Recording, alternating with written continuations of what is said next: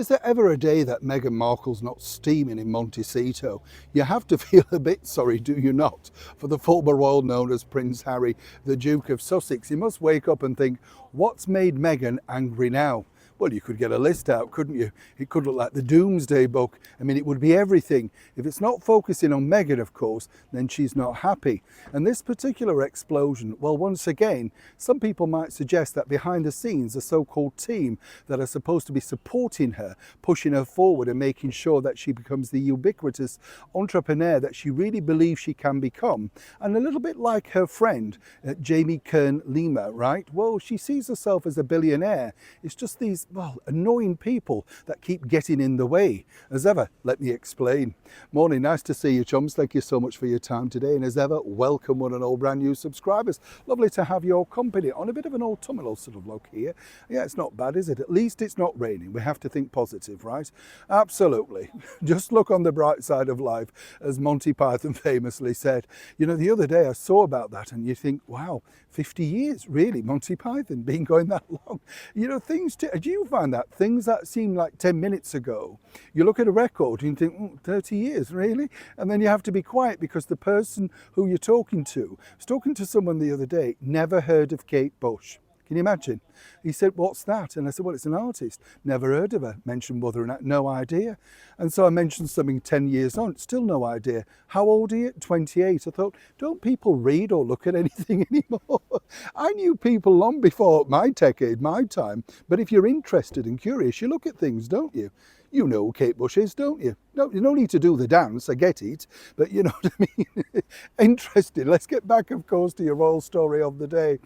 Now, this broke a couple of days ago, and I told you a while back that, you know, this was going to be the dangler, as it were, for Meghan and Harry and Netflix. You see, the story goes now that Harry's having second thoughts about this documentary to celebrate, of course, well, that's not the right word, is it? To commemorate the sad passing of his late mother, the beautiful Diana, Princess of Wales. And I think it's a very tricky manoeuvre, this, because, you know, there are two sides to every story. As many people say, they absolutely adore Diana. There were many people also pointed out her, shall we say, infidelities, to put it nicely, right?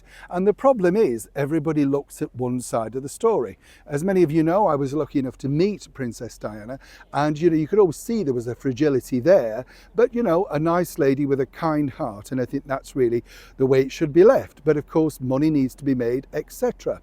What's interesting, though, and I find this fascinating myself, chums, is the fact that Meghan literally blew a gasket when this story came out.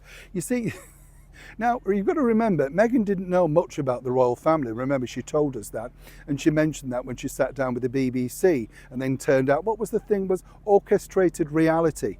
Right, she'd know all about that. But of course, you know, she didn't know much about the royal family, no idea who Harry was, certainly didn't know who Prince Andrew was, and who was the woman stood next to him? Only the Queen. But, you know, yeah, and we don't have tabloids in the United States. Lie upon lie upon lie, of course. We know very well that Meghan was an ardent fan of the late Princess Diana. Why is she steaming now? Well, this is because this is literally the direction that has come out of Netflix, right? They want to just basically try and force them into doing this particular project.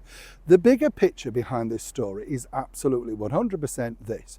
You see, Meghan doesn't think this is a nice time for this story to come out. Why? Because it's deflecting away from the fact that she's coming back with a cooking show. Well, stretching it a bit, it's where she puts things in other bags, wraps them up and claims that she's done something different, and then gets some dried flowers and throws them around like some maniac in a kitchen, you know?